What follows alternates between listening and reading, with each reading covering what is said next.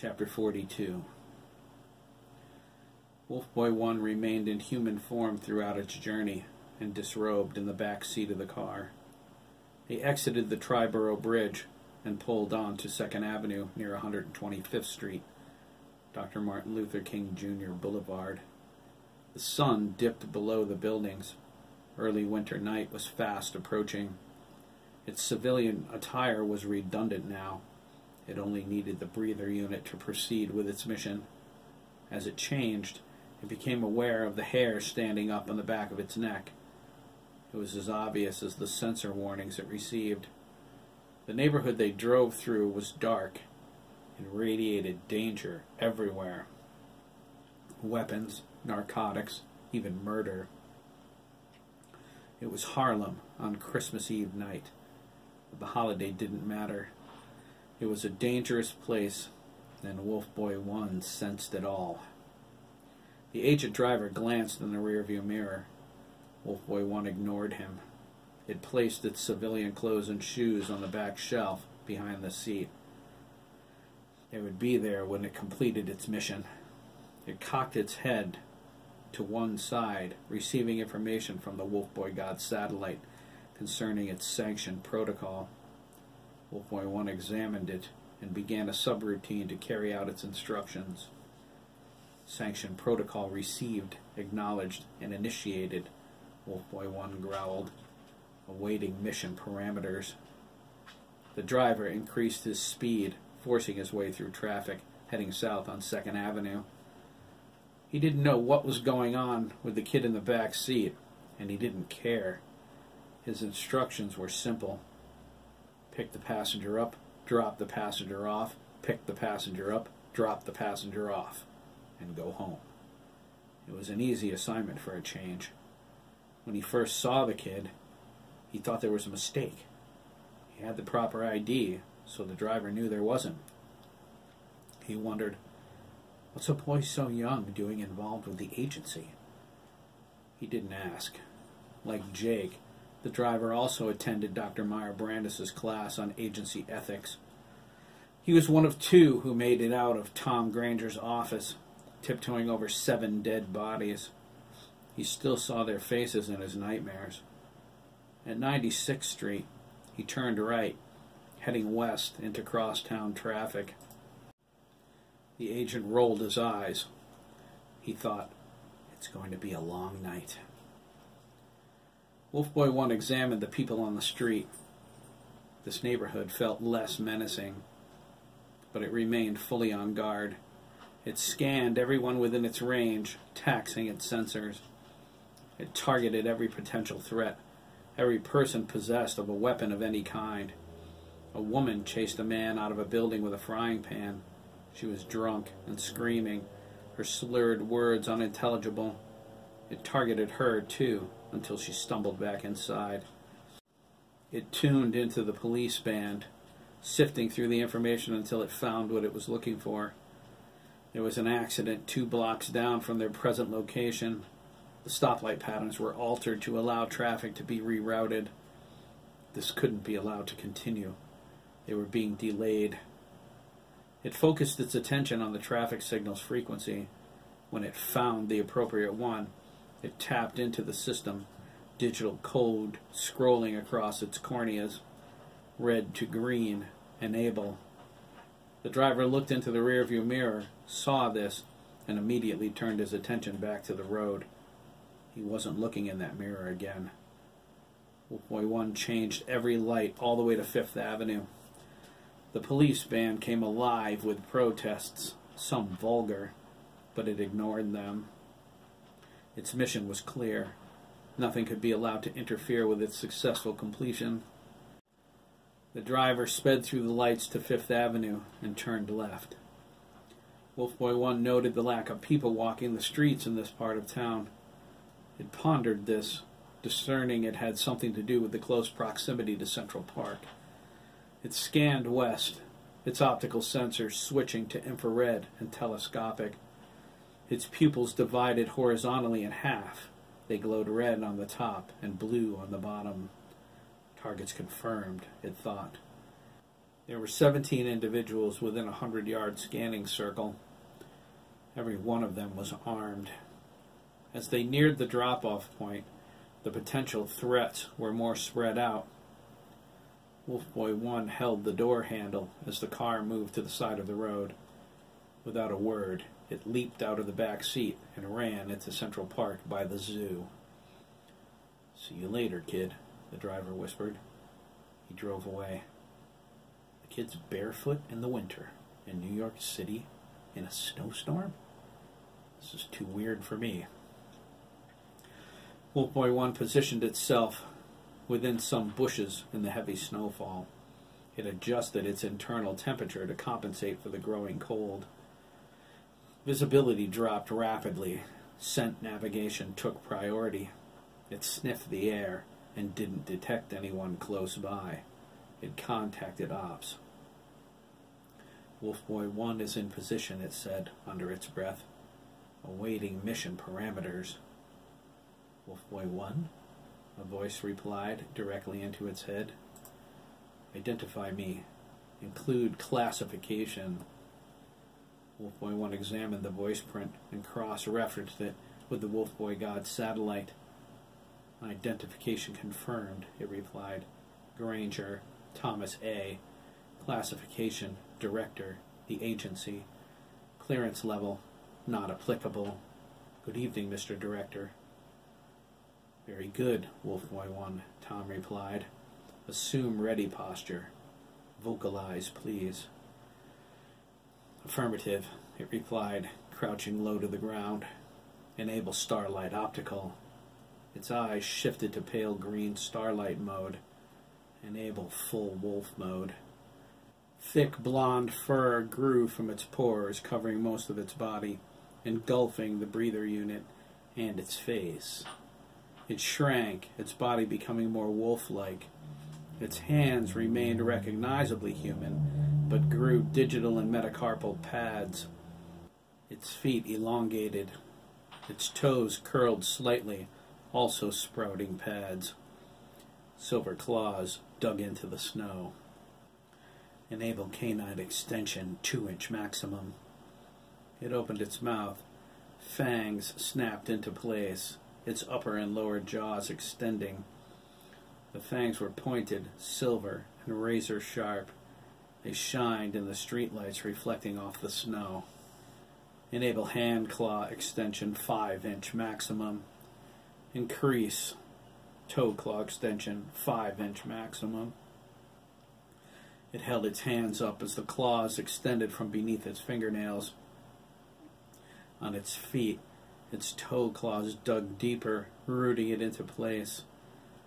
"Scent navigation has priority," it continued. "Visibility at 58% and dropping.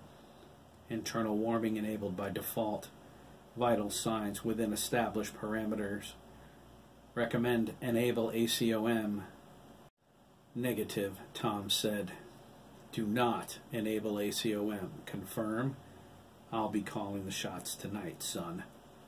"Affirmative," it replied, "but its nomenclature is not son. It is Wolfboy 1. "Understood," Tom replied. "Mission parameters are as follows. Locate inputted target. Sanction with extreme prejudice." "Affirmative," Wolfboy 1 said. "Recommend enable ACOM." "No ACOM!" Tom snapped, momentarily losing his infamous cool. He quickly regained it. "Proceed to target location. Confirm target and pause. Do not engage until I give the order." "Scanning," Wolfboy 1 said. "Enable virtual reality map display. Stand by." In its line of sight, a 3-dimensional aerial view mapping grid of Manhattan overlaid its starlight vision. The lower half of its irises glowed virtual reality orange. A small purple dot flashed inside the grid. Nearby, another dot flashed within Central Park. The latter was Wolfboy 1. A targeting ring appeared around the former. The view changed, zooming into the city from above. A line of light grew from the Central Park dot to its target. Wolf Boy 1 locked in on the displayed route. Location 725 Fifth Avenue, Trump Tower, it observed. Confirmed. Proceeding. Report upon arrival, Tom ordered.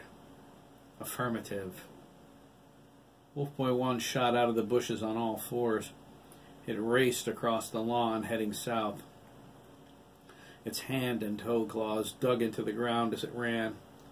It was fast, a blur of motion. It crossed the road, swerved around a line of trees, and headed straight for the pond. It leaped out onto the ice, its sensors confirming it thick enough to support its weight. It landed 25 yards out. The frozen pond creaked as its claws dug in. The ice cracked and split, but it didn't collapse. Wolf Boy 1 thrust itself forward, crunching along the surface. It made its way to the other side in short bounds, in seconds. Near the border of Central Park, near Grand Army Plaza, it stopped by a stone wall. Life signs appeared all over its mapping grid. Pause, it transmitted, analyzing the data. Extreme compromised danger. Recommend alternate route. There were life signs all over the place. It scanned and cataloged them, deleted any non-threats, and cataloged again. It inched up to the wall and peered over. The street was jammed with cars blowing their horns, the drivers cursing at the delay. There were pedestrians everywhere, bundled against the cold. Some carried packages, some were arm in arm, laughing and smiling, and some were intoxicated. A few were trying not to display any emotions at all. There were also lights. Signs flashed, decorations blinked, and from practically every window, every doorway, illumination radiated into the night. Wolf Boy 1 dug its claws into the wall, every sensor on full alert. Its programming demanded it avoid compromise at all costs. But it wasn't in control. Authorization for continued action was needed. It waited, the hairs on the back of its neck standing on end. If it were human, it would have been scared to death. "Why did he stop?" Dana asked, his eyes glued to Adam's monitor. Adam crossed his arms. He was sitting on Lieutenant Colonel Ryan's lap. Granger just asked the doctors the same thing. Lieutenant Colonel Ryan leaned over. "You can hear them?" he asked, shifting. He was amazed at Adam's weight. "Through the soundproofing?" "Yes, sir," Adam replied, meeting the concerned gazes of his pack brothers and Daniel. Kelly examined his bandaged hand with growing anger. "Do you know what's wrong with my hand?" he asked, his expression narrow and filled with distrust. Adam nodded, looking down at the floor. "It's not lupus animus?" Kelly angrily assumed. "There's no such thing," Adam whispered, looking up at him. "It was something they made up to keep us under control." Wolf soul? Ironic, isn't it? "There's more to it than that, I'm sure," Lieutenant Colonel Ryan said. "Like what?" Edison asked. He ran his index finger over the top of his hand, feeling what lay beneath his skin. "Fostering your loyalty?" Daniel guessed. The boys looked at him, taking in his sad tone. He cleared his throat. "It's easy to get someone to do what you want them to if they believe they owe you something." He paused, "especially when they owe you their life." "And my hand?" Kelly asked, holding it up. "Your hand-claw unit," Adam sadly corrected. "It had to be replaced. You've had a history of rejecting your implants. That's why you've had more surgeries than the rest of us," Corny concluded. He was right. Adam told him so. "How is it you can hear the doctors and the other boys can't?" Lieutenant Colonel Ryan asked, gently elbowing Adam to get off of his lap. He grunted. "You're too heavy, Fields." "I understand, sir," he replied. sitting on the bed next to him. In answer to your query, I haven't ascertained those facts as of yet. I'm the only one. No, Corny disagreed. Oliver, too. He could hear me through our wall if I was upset or something. He nodded into his faraway look. He always seemed to know. My hearing is stronger than that, Adam disagreed. I can even hear the ones in Omega Wing. The ones in Omega Wing? Daniel asked. He glared at Darcy. She rolled her eyes. Dubois? Lieutenant Colonel Ryan asked. Now's the time for explanations, young lady.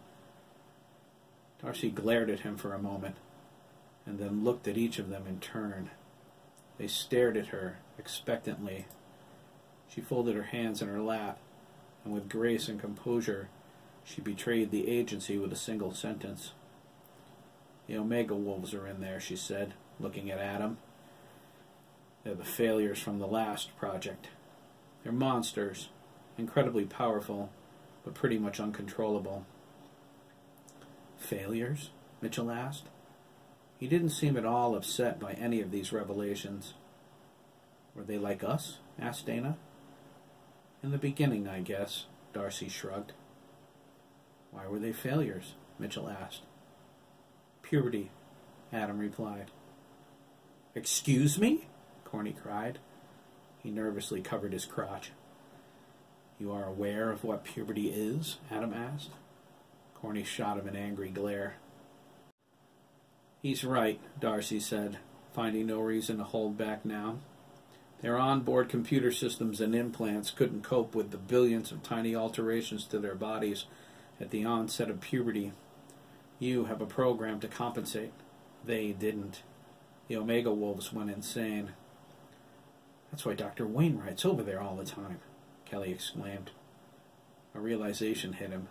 Wait, where is Dr. Wainwright? I haven't... She's dead, Adam interrupted. She used Oliver to kill someone without authorization. Dr. Meyer-Brandes shot her. A lot. Jeez, Corny said. That's only the beginning, Corny, Adam said, of what's in store for us. Lieutenant Colonel Ryan interrupted. What's going on in Gamma Wing right now? Adam smiled. They're arguing. About? The colonel asked. Adam said the doctors didn't like Oliver's vital signs. They were showing a high degree of anxiety and fear response. They wanted Tom to delay the mission and give the unit time to adjust to what it was experiencing. There was the imminent danger of compromise also. There were too many witnesses in the vicinity. They needed to alter the unit's route to target to avoid them. Tom disagreed. Wolfboy 1 needed to cope with things like these on the fly. The most substantial resistance came from Dr. Meyer-Brandes. Tom won't fight with her for long, Darcy said. No, Lieutenant Colonel Ryan agreed. What do you mean? Corny asked, concerned. His pack brothers looked at him with disbelief. He glared back at them. She's taking care of us, you know. The boys groaned. Granger will kill her, Lieutenant Colonel Ryan said. People who disagree with him have a habit of disappearing. You got that right, Adam said. It's going to get worse, too. In what way, Adam? Daniel asked. Adam replied, Soon he'll be able to kill anyone, sir. Any time, anywhere. How? Mitchell asked. With us, dumbass! Adam snapped, his wolf voice booming. His eyes glowed yellow for the briefest moment. His fangs extended, enough to be seen. Okay, Mitchell cried. Calm down, wolf boy. No, Adam growled, transforming a little more. You don't understand what he's planning to do. Corny stood, swallowed hard, and slipped onto the bed next to Adam. He did this with all the care of a lion tamer about to put his head in the jaws of the cat. Then tell us, Adam, he said softly. Tell us everything. Frightened, he asked. How is it you can change like that? I can't. I've been trying. Me too, Mitchell grinned. I think it's cool. Kelly mumbled, rubbing his hand. You would. But then he added, a little embarrassed, all right, me too. I've been trying. You can't, Darcy insisted. There's a cerebral partition in your minds. It separates the Wolf Boy onboards from the human part of your brains. You were never meant to know about your implants at this stage, let alone control them, except in a worst-case scenario, the compromise of the complex, the agency, or something of that nature. How is it Fields has access? Lieutenant Colonel Ryan asked. I deleted my partition, sir, Adam replied. How? He asked impatiently. Adam stood and moved to the center of the room. Wolf Boy God, he whispered. Everyone except Darcy looked at him oddly. We have a god? Dana asked, scratching his head. Mitchell slugged him in the arm. Ow!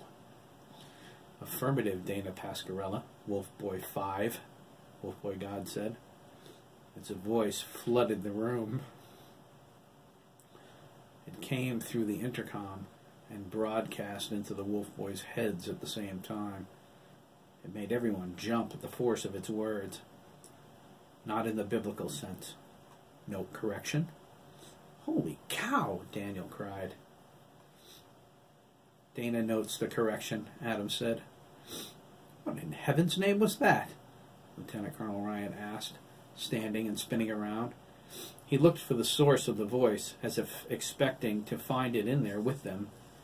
It wasn't Tikos, that was for sure. That's Wolf Boy God, Adam explained. It's the central brain that coordinates all Wolf Boy activity.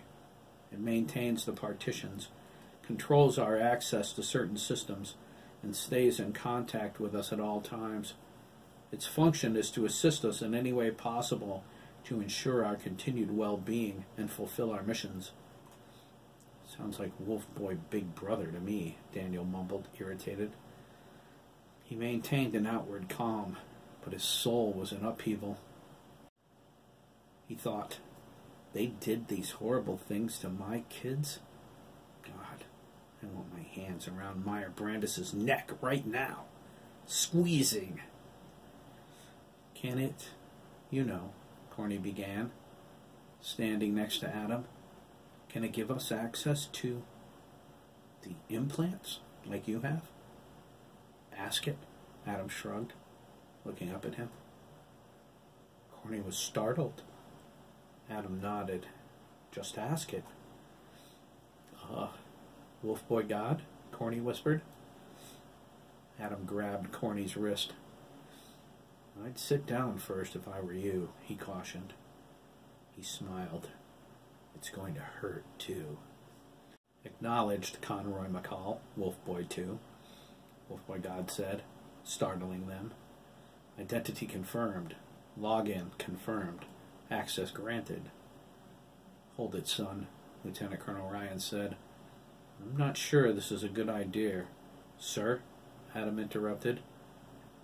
As long as the partitions are in place, Tom Granger can access any one of us, just like Oliver. You mean by remote control? The colonel asked. Yes, sir, Darcy agreed.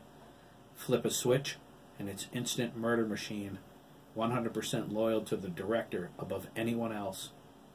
That's what he plans to do. He said as much not long ago.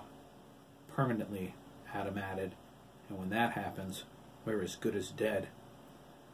He allowed his fangs to extend further. He growled, his eyes glowing yellow. And then, so are you. Lieutenant Colonel Ryan said, I see your point. Wolf Boy God? Corny asked, sitting down on the floor. The other Wolf Boys sat with him. He looked at Adam. Delete your cerebral partition, Adam whispered. Delete my cerebral partition, Corny echoed. Kelly said the same, then Edison, then Dana and Mitchell at the same time. Wolf Boys 2 through 6 request deletion of individual cerebral partitions? Wolf Boy God asked. Yes, they replied in unison. And Wolf Boy God, Adam added, protect them from discovery. Do the Wolf Boys concur? Yes. Adam moved Lieutenant Colonel Ryan, Daniel, and Darcy to the far end of the room.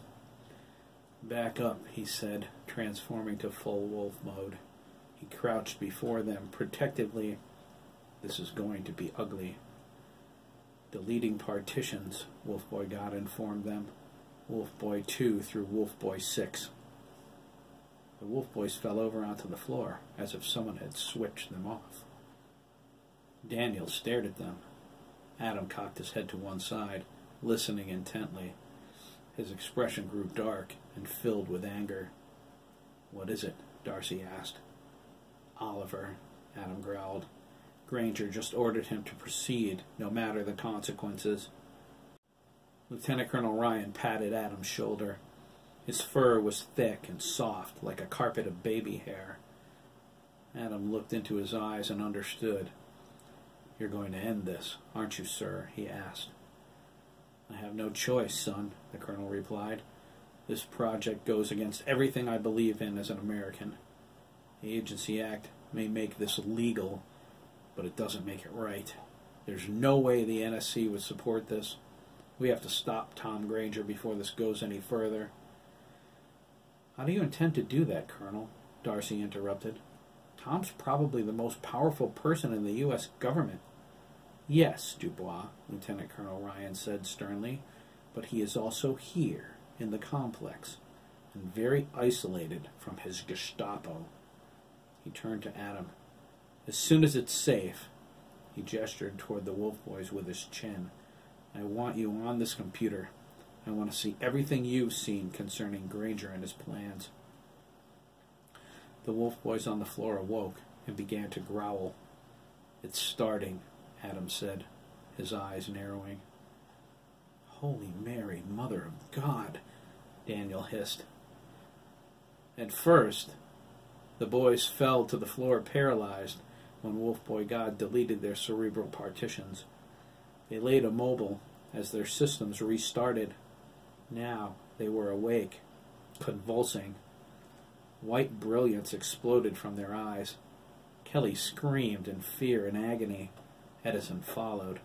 Soon the sound was like a chorus of the damned.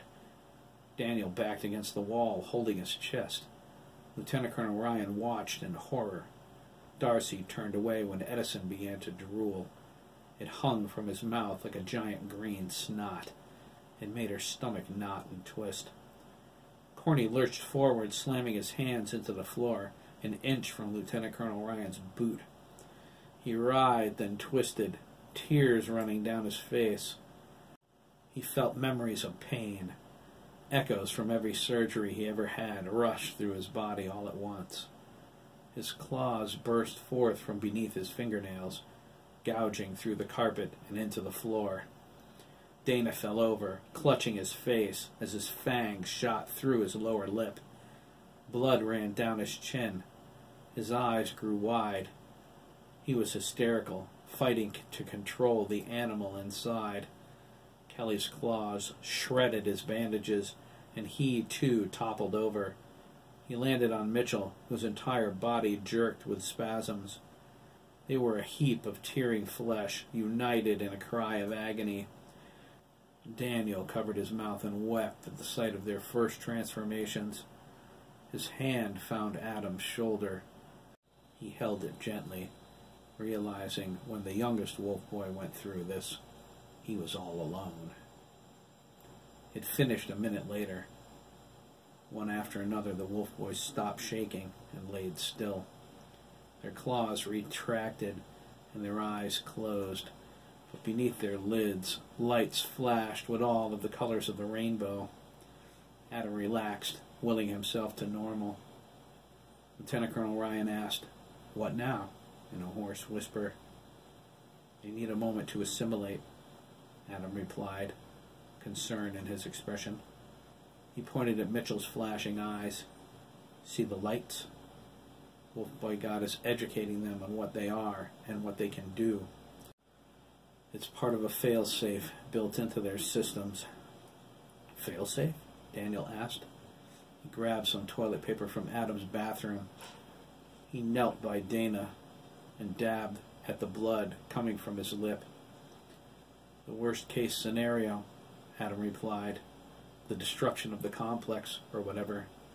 Shortly, they'll be experts on all their capabilities. Wouldn't that destroy Wolf Boy God as well? Lieutenant Colonel Ryan asked, helping Daniel clean the boys up. Wolf Boy God is a satellite, sir. It's not that easy to destroy. How long until they're okay? The colonel asked, cradling Edison's head as he wiped his face with one of Adam's gray towels. Adam shrugged. A few minutes. Good, the colonel nodded. He thrust his finger at Adam's workstation. Get to the computer fields. I want you to show me everything I need to know about what's been going on in this hellhole.